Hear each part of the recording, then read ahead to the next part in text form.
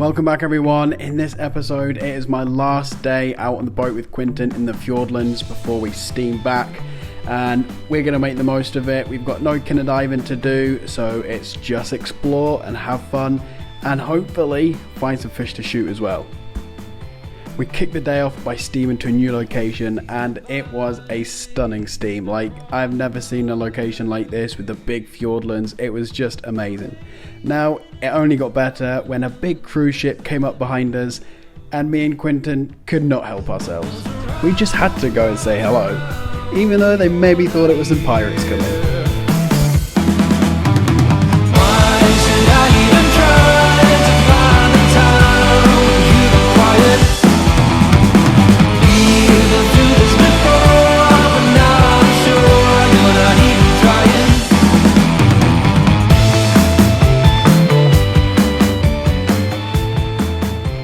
After losing the race with the big cruise ship, we ended up where we wanted to be, and Raymond told us to get our suits on as there's some exploring to be had. Now, he ended up taking us to a really cool shipwreck, and I love diving wrecks, so I couldn't wait to get in and explore and see what was down there.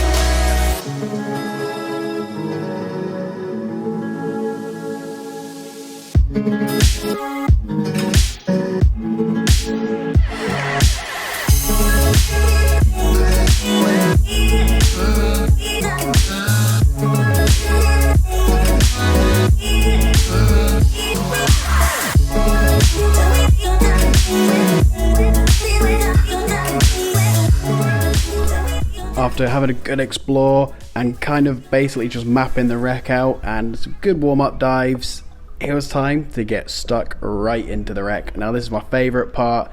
I just can't help myself.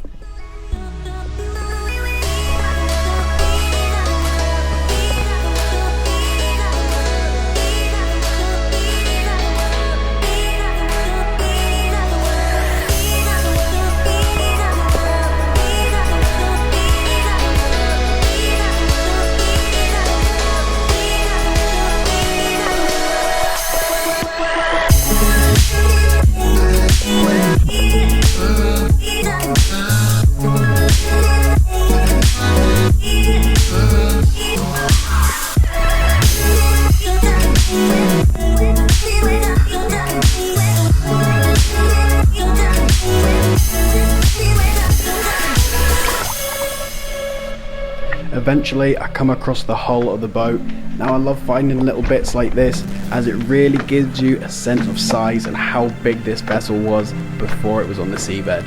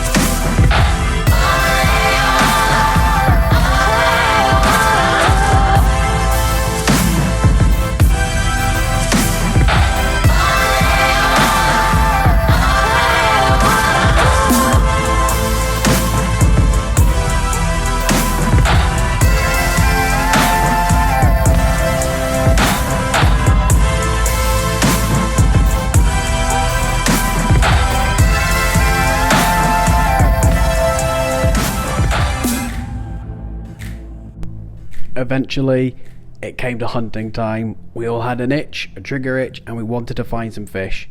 Now we knew that there was kingfish in the sounds as we had seen them before whilst we were collecting kinner. So we headed off in the search of some nice locations that had good current and some good bait fish.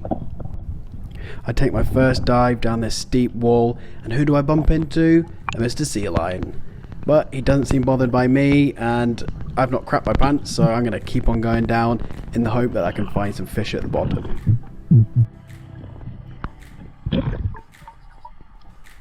I hang down there for a while, letting a few grunts out in the hope that something maybe comes out of the murk, but nothing comes out. I'm buddying with Quinton here, so I'm watching him dive as he dives around the same location. We're on quite a point here with a good current coming towards us, so it could just be a matter of time.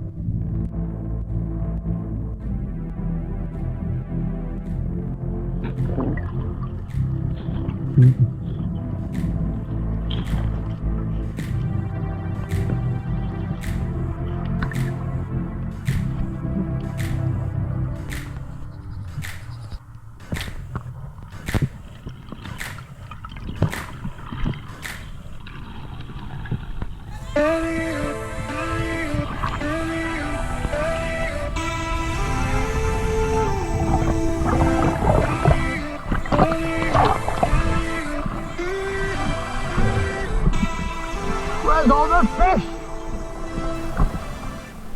With no luck, we decided to jump back in the boat and head to a different location. We were thinking even maybe going close to the wreck as it was holding a lot of bait fish.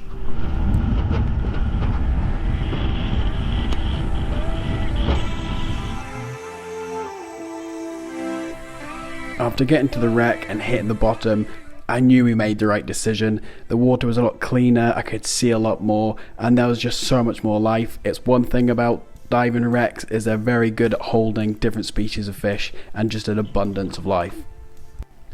One thing I was not prepared for though was this big guy coming out of nowhere. Now I was looking the other way until I just glimpsed him coming at me, and I just sat there thinking, what the hell do I do? Do I shoot him? Do we take him for dinner? Eventually I thought, screw it, I'll just film him. But I think he had other ideas as he did not stop coming towards me, so I thought, screw this, and I got out of there.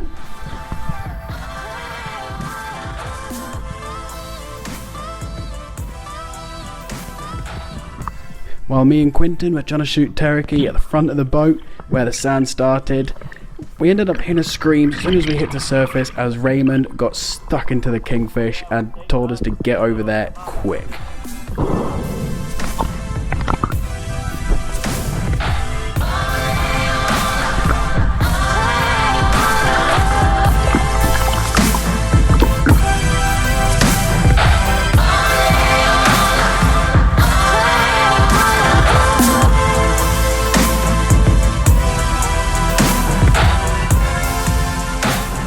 Raymond said that they were hanging deep. Now he had got himself a good one and there was a good chance that they're still down there, so me and Quinton swam up into the current a bit and decided to do drift diving and dive as we come back down to the point where Raymond shot them.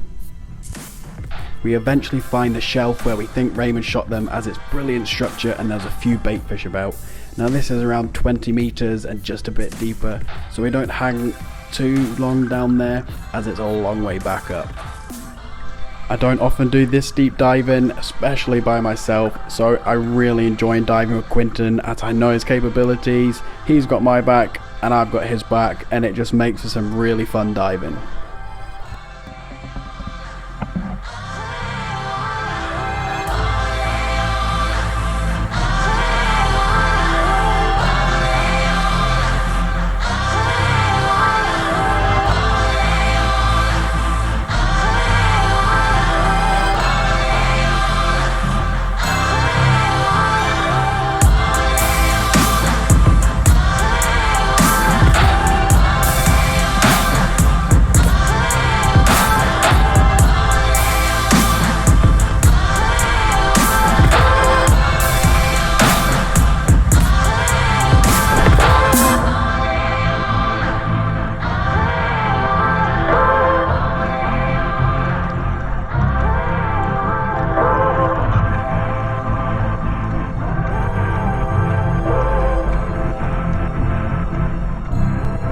After a good few dives, maxing out our float lines and not seeing any fish, it was time to call it a day. I wasn't sad that we didn't shoot any kingfish, as I'd really enjoyed getting to do some deep diving, and it's so fun with Quinton. He's a right laugh, even at 20 meters. But there was good news, as there was cold beers on the boat and a kingfish getting prepped ready for the table. So Razor was pretty lucky to get into the school of kingies, but by the time we got over there, we just missed them. So I'm so hard I couldn't do if I could breathe up basically. But we done a few good dives after that. We didn't see any, but it was mega, a lot of fun. And now we've got kingfish for dinner. Yeah.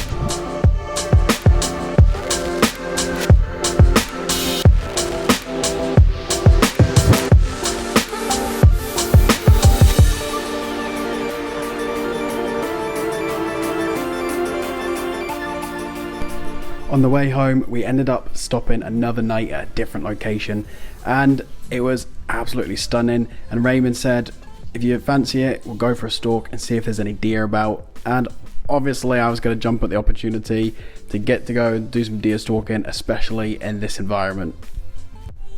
Now this is an epic way for my last evening on this trip, especially to go deer stalking. I'm so excited to do it, and it's such a cool evening. The sun's dropping and we've just been eating like kings, so the chance of getting some venison, especially for the boys to take home as well and give to their families, is a pretty unique opportunity. We make our way slowly along the coast and looking at every little beach and every little clearing, as the bush is so thick, and quite often the deer come onto the beach to feed on the seaweed and whatever they can find.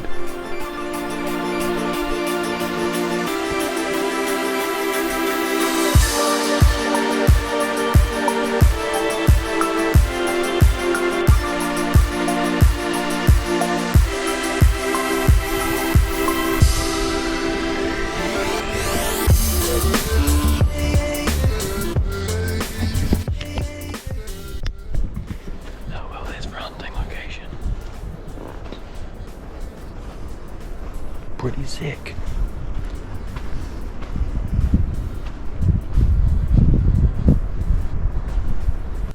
It's not long before we see some signs of deer kicking about.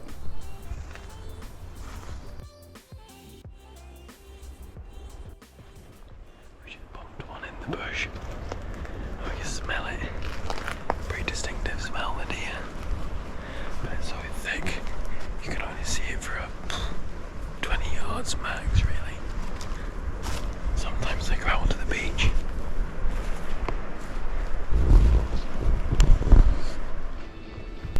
Eventually we made it up on top of the hill where there's a nice big clearing, and what do we see? A small herd of deer just out in front, and we've got just enough light to take the shot.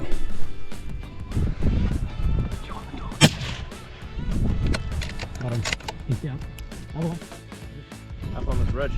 So we just managed to nail the deer. That's dinner sorted anyway. Razor got straight on the rifle, just enough light to shoot it as well. Cool. It's going to be a long carry back though, for fuck's sake. It was a great shot and the deer was down straight away, which was brilliant because we don't want to be tracking it this late at night. So we go over and we get stuck into prepping it and getting it ready to take off the hill. That is very, very, very. Careful mate. Just wrap it up for you, sitting on the table. Ah, sweet. Awesome. Right, I'll see you in a bit. With the boat radio letting them know we've got a deer and we're going to start making our way back. Ben's taking the challenge of taking this deer all the way back. Thankfully it is quite a small deer, so it shouldn't be too hard, and we start making our way back through the bush. Is it comfy or not too bad? It is quite comfy. Well, we've made it back to the beach. Back to the boat for dinner at 11 o'clock at night. And just like that, all good things come to an end, folks. So I hope you've enjoyed these few episodes of me being in the Fjordlands and the crazy adventures that I've been on. I can't thank Quinton enough for setting it all up and looking after me, as well as all the other boys on the boat. They're a bunch of legends and I had a great time with them. Hopefully I get to meet them again in the future, as I'd love to be back on that boat and just doing the same again. Good to know my lungs still have it. I can hold my breath, I can catch a kinner. And me and Quinton are lucky enough to have a couple days away, so we head off to Queenstown, where we decide to celebrate the last hurrah and head up to one of the highest ski resorts on the Remarkables and go for a swim in one of the coldest lakes we could find, but it was bloody good. Thanks for watching, guys, and we'll see you all very soon.